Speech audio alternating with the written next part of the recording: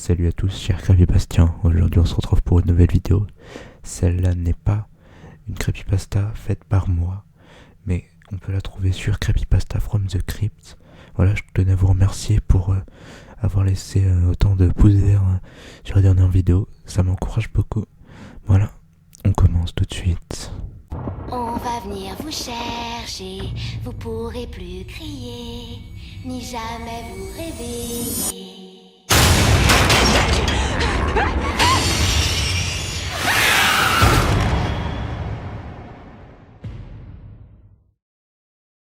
La peinture verte. Je m'appelle Joseph Faubrou, j'ai 11 ans et je suis en CM2. On me charrie beaucoup parce que j'ai certaines maladies qui me font me comporter différemment de ce qui est considéré comme normal. Troubles de l'attention, troubles obsessionnels compulsifs, Asperger et la liste continue. Autrefois, j'avais l'habitude de m'énerver en réponse aux taquineries et je me suis bagarré à de multiples reprises. Mais désormais, ce n'est plus si horrible que ça. J'ai un talent artistique unique. Je peux peindre avec une plus grande délicatesse que la plupart des enfants de mon âge. Mes amis et ma famille me font souvent des louanges de mon talent. J'aime choisir une seule couleur par toile et la mélanger avec de la peinture noire et blanche afin d'ajouter différentes nuances à mes tableaux. Au dernier semestre, comme chaque année, mon école a organisé une exposition d'art. Bien entendu, mon tableau bleu, qui représentait mon meilleur ami.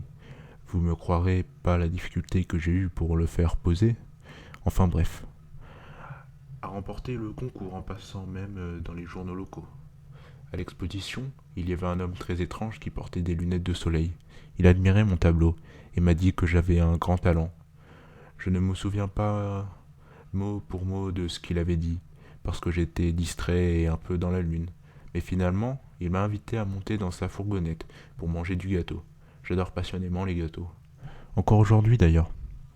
Alors, qui étais-je pour refuser cette offre? Pour couronner le tout, mes parents étaient occupés à contempler les autres œuvres d'art. Ils n'allaient donc pas remarquer mon escapade. J'ai donc décidé de le suivre. Lorsque nous avons atteint sa fourgonnette, il m'a laissé entrer dedans et m'a annoncé que mon gâteau allait être prêt d'une minute à l'autre. Je n'en pouvais plus d'attendre. Soudainement, il a verrouillé la portière. Je me suis dit qu'il se passait quelque chose de louche. Ça m'a mis un peu mal à l'aise, mais en un instant, alors qu'il semblait être sur le point de m'attraper, il a fondu en larmes. Non, il a crié. Je ne peux pas encore une fois. Il a pleuré pendant quelques instants. J'étais de moins en moins méfiant. Qu'est-ce qui ne va pas? Lui ai-je demandé. Écoute, petit, a-t-il commencé. Je ne suis pas un type bien en fait, je suis même un monstre. Tu es un artiste formidable, je ne veux pas détruire ta vie comme je l'ai fait avec beaucoup d'autres. Il a ouvert la portière, ce qui a révélé plusieurs cicatrices le long de son bras. Pars, fais quelque chose de ta vie dans ce monde cruel. Je suis alors parti, plus confus que jamais. Quelques jours plus tard, j'ai revu cet homme. Il m'attendait à la sortie de l'école. Eh, jeune homme, m'a-t-il appelé.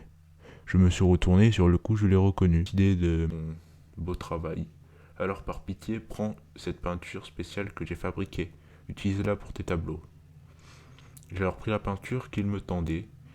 Et j'ai une nouvelle fois remarqué les cicatrices qu'il avait le long de son bras. Je ne savais pas pourquoi. Il en avait autant. Merci, ai-je répondu, perplexe, avant de le quitter.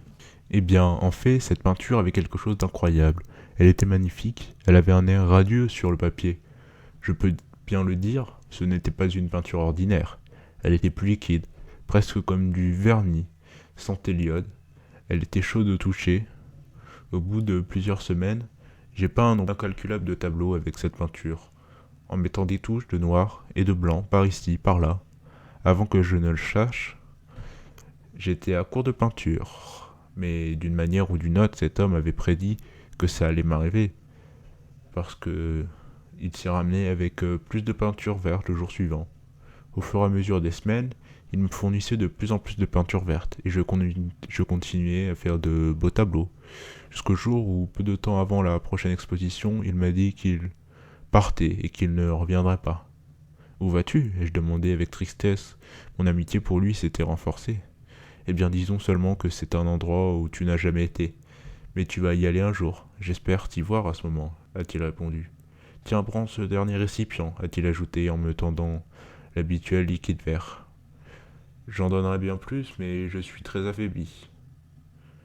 En effet, il était très pâle.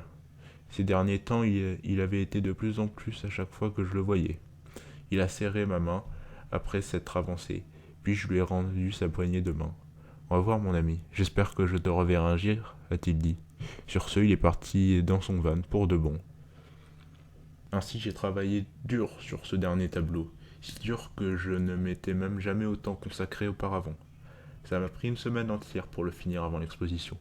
Mon tableau représentait le visage de cet homme, avec cette fameuse peinture verte. Bien entendu, je m'étais assuré de conserver le moindre petit détail de son visage, ou au moins ce dont je me souvenais. Il était magnifique en vert. J'ai emmené le portrait à exposition et je l'ai dévoilé aux élèves et aux parents. Ils paraissaient tous à la fois impressionnés et admiratifs. Le journal du Trésor. Un jeune garçon daltonien peint un magnifique portrait rouge d'un inconnu.